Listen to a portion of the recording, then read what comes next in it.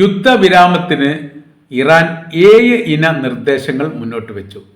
ഇത് പാലിക്കപ്പെടുകയാണെങ്കിൽ ചർച്ചാ സംബന്ധമായിരിക്കുന്ന കാര്യം അമേരിക്കയില്ലാതെ മധ്യസ്ഥർ മുഖാന്തരം തങ്ങൾ അതിന് ചർച്ചയ്ക്ക് തയ്യാറാണ് എന്ന അഭിപ്രായമാണ് ഇറാൻ്റെ ഭാഗത്ത് പുറത്തു വന്നിരിക്കുന്നത്. മുൻപ് പറയപ്പെട്ട കാര്യങ്ങളിൽ ചിലതുണ്ട്, ചിലത് കണിശമാക്കിയിട്ടുണ്ട്, ചിലത് വെട്ടിക്കുറച്ചിട്ടുണ്ട്. എന്നാലും അടിസ്ഥാനമായിരിക്കുന്ന നിലപാടിൽ നിന്ന് ഇറാൻ തീരെ പിറകോട്ട് പോയിട്ടില്ല എന്നൊരു പ്രത്യേകതയുണ്ട്. അതിൽ ഏറ്റവും പ്രധാനമായിരിക്കുന്ന വിഷയങ്ങളൊന്ന് ആദ്യം പറഞ്ഞു തുടങ്ങുന്നത് നാവിക ഉപരോധം പിൻവലിക്കുക എന്നുള്ളതാണ്. ഇറാനുമായിട്ട് ബന്ധപ്പെട്ട് അമേരിക്ക ഏർപ്പെടുത്തിയിരിക്കുന്ന ഉപരോധം ഇപ്പോഴൊന്നുമല്ല, പതിറ്റാണ്ടുകൾക്ക് മുമ്പുണ്ട്. അഥവാ 1979 ഇസ്ലാമിക വിപ്ലവത്തിലോടുകൂടി ഇറാൻ അധികാരത്തിൽ വന്നതിന് ശേഷം 1980 മുതൽ യഥാർത്ഥത്തിൽ അമേരിക്കയുടെ ഉപരോധം ഇറാനിലുണ്ട്. ഉപരോധം അത് നാവിക ഉപരോധം, കടൽ ഉപരോധം, കര ഉപരോധം, പലതരത്തിലും പല രീതിയിലുമാണ് ഉപരോധം വെക്കുന്നത്. പിന്നീട് സാമ്പത്തിക ഉപരോധത്തിലേക്ക് വെക്കും.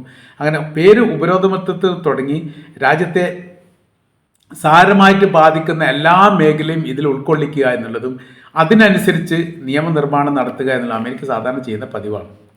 അപ്പോൾ നാവിക ഉപരോധമാണ് അതിൽ പറയുന്നത്. രണ്ടാമത്തേത് മറ്റ് ഉപരോധങ്ങൾ പിൻവലിക്കുക. അതിൻ്റെ തുടർച്ചയായ രീതിയിൽ നമ്മൾ ഈ പറഞ്ഞ കാര്യങ്ങൾ അതിൻ്റെ തുടർച്ചയായ സബ്ബായിട്ട് പറഞ്ഞതാണ്.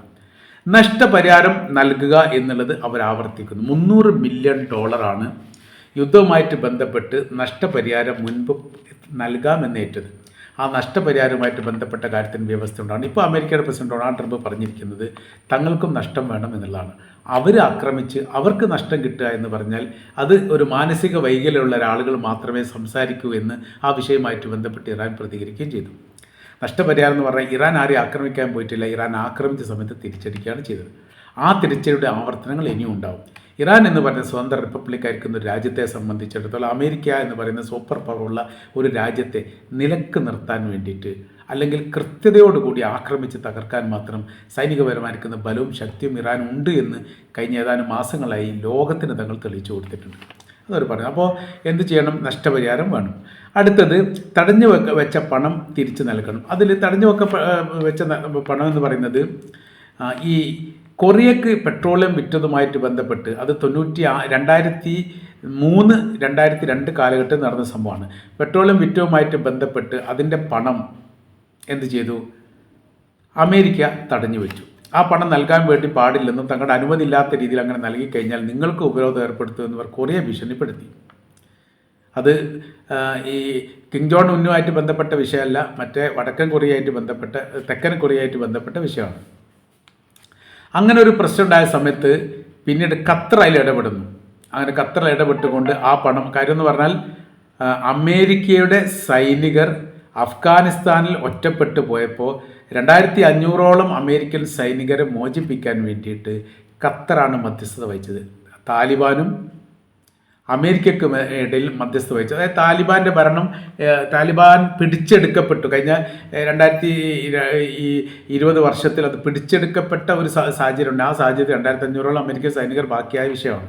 അപ്പോൾ വലിയ ബന്ധം അമേരിക്കയുമായിട്ട് ബന്ധപ്പെട്ടുകൊണ്ട് ഈ ഖത്തർ ഈ വിഷയത്തിൽ ഇടപെട്ട സമയത്ത് എന്ത് ചെയ്തു? അമേരിക്ക അതിനൊരു വിടുതൽ നൽകിയിട്ട് ഈ കൊറിയയുടെ പണം ഖത്തറിൻ്റെ ബാങ്കിൽ നിക്ഷേപിക്കാൻ വേണ്ടിയിട്ട് തീരുമാനിച്ചു. അങ്ങനെ ആ പണം ഇപ്പോൾ ഖത്തറിൻ്റെ ബാങ്കിലാണുള്ളത്. ഖത്തറിൻ്റെ ബാങ്കിലാണെങ്കിലും ആ പണം ഇറാന് നൽകണമെങ്കിൽ പിന്നീട് ഈ കാര്യത്തിലൊക്കെ തീരുമാനമാവണം. അപ്പോൾ ചില പ്രതിസന്ധികൾ ഉണ്ടാവും. അങ്ങനെ നീണ്ടു പോകും. ഏതായിരുന്നാലും ആ വിൽപ്പന നടത്തപ്പെട്ട പെട്രോളിയത്തിൻ്റെ പണം ഇപ്പോഴും ഇറാനിൽ എത്തിയിട്ടില്ല. തങ്ങളുടെ അവകാശത്തിൽപ്പെട്ട പണമാണ്, അത് തങ്ങൾക്ക് തിരിച്ചു കിട്ടണം എന്ന് ഇറാൻ ആവർത്തിച്ചു. അതാണ് കരാർ വ്യവസ്ഥയുടെ മറ്റൊന്ന്. പിന്നെ അടുത്തത് ഓർമുസിൽ നിന്നുള്ള പിന്മാറ്റം. അമേരിക്കയുടെ ഓർമുസ് ഏരിയ കേന്ദ്രീകരിച്ചുകൊണ്ട്, അത് ഒമാൻ്റെ ഭാഗം കേന്ദ്രീകരിച്ചുകൊണ്ടുള്ളൊരു നിയന്ത്രണ വിഷയങ്ങൾ അവിടെ ഉണ്ടാക്കുന്നുണ്ട്. അതിൽ നിന്ന് പിന്മാറണം. അഥവാ ഓർമുസിലുള്ള ഇറാൻ്റെ പരമാധികാരത്തെ അമേരിക്ക അംഗീകരിക്കണം.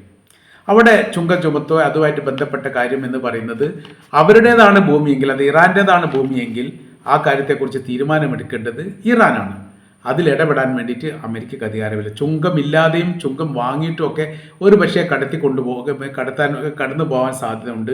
അതിലൊന്നും അമേരിക്കക്ക് പ്രത്യേകിച്ച് റോളില്ല എന്ന് പറയുന്നു. അടുത്തത് ലെബനാൻ ഇസ്രായേൽ ബാരിക്കേഡ് അവസാനിപ്പിക്കേണ്ടതെന്നാണ്. ലെബനാൻ്റെ അകത്ത് ഇപ്പോഴും 5ഓളം ഏരിയകളിൽ ഇസ്രായേലിൻ്റെ സാന്നിധ്യമുണ്ട്. അവർ ബാരിക്കേഡ് തീർത്തുകൊണ്ട് നിയന്ത്രിക്കുന്നു. നിരീക്ഷണം നടത്തുന്നതും ഈ ഏരിയ കേന്ദ്രീകരിക്കും. ഏകദേശം ഒരു മല പോലെയുള്ള ഉയർന്ന പ്രദേശമാണ്. അതുകൊണ്ട് തായ്വാരത്ത് നടക്കുന്ന സംഭവത്തെക്കുറിച്ച് കൃത്യമായിരിക്കുന്ന നിരീക്ഷണം നടത്താൻ വേണ്ടിയിട്ട് ആർക്ക് സാധിക്കും? ഇസ്രായേൽ സൈന്യത്തിന് സാധിക്കും. അങ്ങനെ അവർ ആക്രമിക്കാറുണ്ട്. അപ്പോൾ പേരിന് എന്ത് ചെയ്യും? ലെബനാനെ ആക്രമിക്കുകയാണെങ്കിൽ അവിടെ ആക്രമണം നടത്തി 2 3 ആൾക്കാർ കൊല്ലപ്പെടുകയാണെങ്കിൽ സാധാരണഗതിയിൽ ഇസ്രായേൽ പറയുന്ന പോലെ, ഇസ്രായേലിക്ക് ഗസയിൽ പറയുന്ന പോലെ, ഗസയിൽ എന്തൊരു ആക്രമണം ഉണ്ടായാലും ഹമാസ് ആണെന്ന് പറയും. അതേപോലെ തന്നെ ലെബനാൻ എന്തൊരു ആക്രമണം ഉണ്ടായിക്കാണെങ്കിലും അത് ഈ ഹിസ്ബുള്ള ഗ്രൂപ്പിൻ്റെ ആളുകളാണ് എന്ന് പറഞ്ഞു അവസാനിക്കുക. 2 വയസ്സുള്ള കുട്ടിയാണെങ്കിൽ പോലും അവർ പറയുക എന്ന് പറഞ്ഞത് അതാണ്. ഇനി അടുത്തത് പറയുന്നത് ആക്രമിക്കില്ല എന്ന് ഉറപ്പ് വരുത്തണം.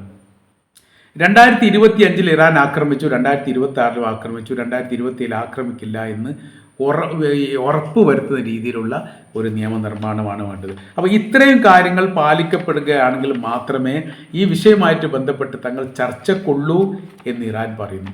ഈ ഒരു പ്രതിസന്ധിയിലൂടെയാണ് ഈ മേഖലയെ കേന്ദ്രീകരിച്ചുകൊണ്ട് നടന്നു പോകുന്നത് എന്ന് ചുരുക്കം. അഥവാ ഉപരോധം പിൻവലിക്കുന്നതുമായിട്ട് ബന്ധപ്പെട്ട 7 ഇനം നിർദ്ദേശങ്ങൾ പൂർണ്ണമായ രീതിയിൽ അമേരിക്ക അംഗീകരിക്കുന്നൊരു സാഹചര്യം ഉണ്ടായാൽ തീർച്ചയായിട്ടും കരാറുമായിട്ട് ബന്ധപ്പെട്ട് തങ്ങൾ കൃത്യതയോടുകൂടി ഒപ്പുവെക്കും എന്നും ഇറാൻ്റെ IRGC അടക്കമുള്ള മേധാവികൾ ഈ വിഷയവുമായിട്ട് ബന്ധപ്പെട്ട് പ്രതികരിച്ചിരിക്കുകയാണ്.